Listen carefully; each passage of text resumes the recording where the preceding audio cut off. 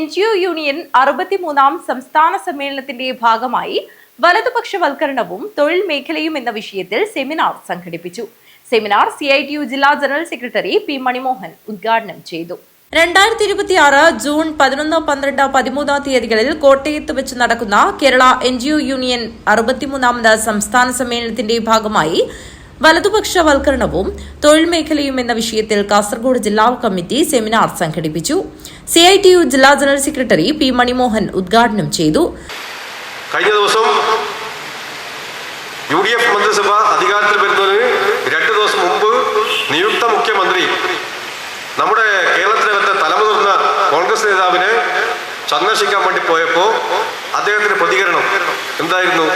പഴയ പ്രതികരണം തന്നെയാണ്. 2001 പഴയ പ്രതികരണം തന്നെയാണ് ഉണ്ടായത്. ജീവനക്കാരെ തമ്മിലടിപ്പിച്ച സാഹചര്യം നമുക്ക് മറക്കാൻ വേണ്ടി കഴിയില്ല. അതേ സാഹചര്യം തന്നെയായിരുന്നു, അതേ പ്രതികരണം തന്നെയായിരുന്നു അദ്ദേഹത്തിന്റെ ഭാഗത്തുനിന്നുണ്ടായത്.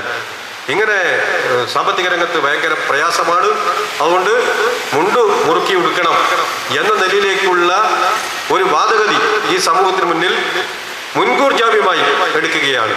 സമാനമായിട്ടുള്ള അഭിപ്രായം തന്നെയാണ് ഇന്ത്യൻ പ്രധാനമന്ത്രിയുടെ ഭാഗത്തു നിന്നും കഴിഞ്ഞ ദിവസങ്ങളിൽ ഉണ്ടായിട്ടുള്ളത്.